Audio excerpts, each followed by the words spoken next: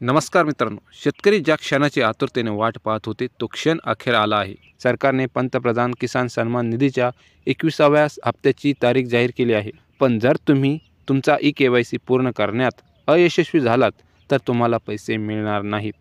त्यामुळे तुम्हाला लवकरात लवकर ई-के-वाय-सी करणं गरजेचं आहे. या योजनेचे फायदे अशा शेतकऱ्यांना मिळत आहेत ज्यांच्या जमिनीची माहिती PM किसान पोर्टलवर नोंदणीकृत आहे, ज्यांचे बँक खाते त्यांच्या आधार कार्डशी जोडलेले आहे आणि ज्यांनी त्यांचे ई-के-वाय-सी पूर्ण केले आहे. PM किसान योजनेअंतर्गत लाभार्थ्यांची ओळख पटवण्यासाठी आधार हा एक महत्त्वाचा दस्तऐवज आहे. शेतकरी मित्रांनो, तुमच्यासाठी 3 पर्याय ई-के-वाय-सी पूर्ण करण्यासाठी दिलेले आहे.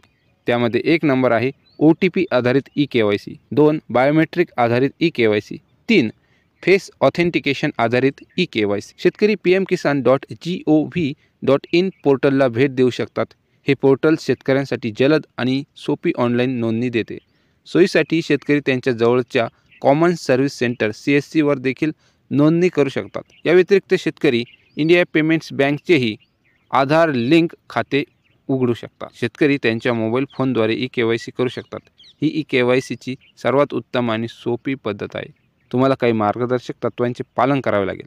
Google प्ले स्टोअरवरून PM किसान मोबाईल ॲप आणि आधार फेस ID ॲप डाउनलोड करा. ॲप उघडा आणि तुमच्या PM किसान मोबाईल नंबरने लॉग इन करा. लाभार्थी स्थिती पृष्ठावर जा. जर ई-के-वाय-सी स्थिती नाही दर्शवित असेल तर ई-के-वाय-सीवर क्लिक करा. तुमचा आधार क्रमांक प्रविष्ट करा आणि चेहरा ओळखण्याची परवानगी द्या.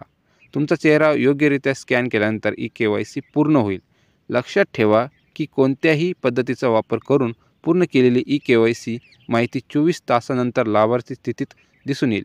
शेतकरी PM किसान पोर्टलवर आणि किसान मित्रच्या KYC विभागाद्वारे देखील त्यांची स्थिती तपासू शकतात. मित्रांनो, तुम्हाला हा व्हिडिओ आवडला असेल तर हा व्हिडिओ आपल्या मित्रांना शेअर करा आणि व्हिडिओ आवडल्यास व्हिडिओ लाईक, शेअर आणि कमेंट करायला विसरू नका. भेटूया पुढच्या व्हिडिओमध्ये. तोपर्यंत धन्यवाद.